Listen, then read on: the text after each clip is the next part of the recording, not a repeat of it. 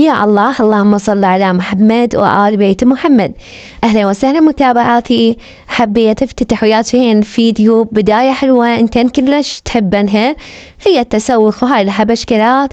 شوفوا هذا الجمال كلش حلو. أول شي استفتحت بيه يومي هو صلاة الفجر.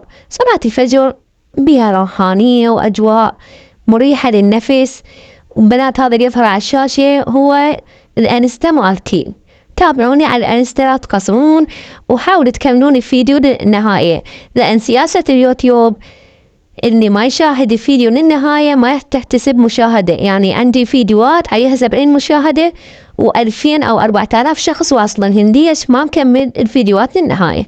سويت الغدا دومة ودي بلشت سويت خلية نحل ويا كاستر، حلاوة كاستر للإمام زين العابدين.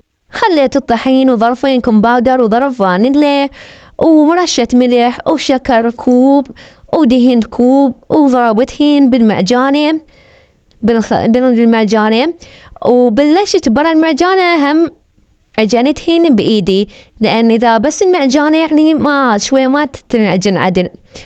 أكو بيهن معجانة قوية، أنا معجانتي يعني فرتها بطيئة، يعني أحسها ما تعجن عدل.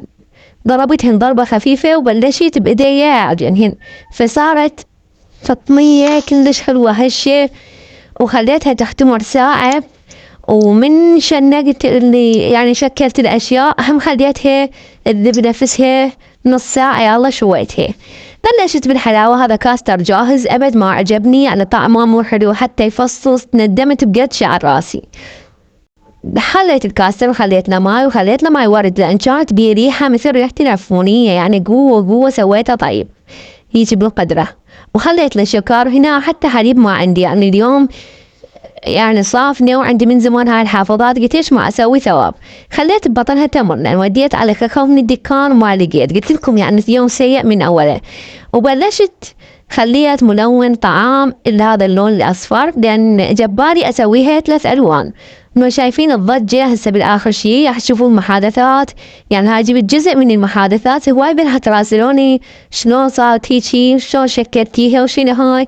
بنات هاي أول وحدة حطيت وياها كاكاو باودر وخلطتها، والثانية ملون طعام أحمر وصار برتقالي، لأن الأصفر والأحمر يصير برتقالي. خليت أول طبقة أصفر وبعدين طبقة جوزي وبعدين طبقة برتقالي، بس آخر شي لا، خليت الجوز بالأخير بالبرتقالي بالنص وآخر طبقة أصفر لين أرتب.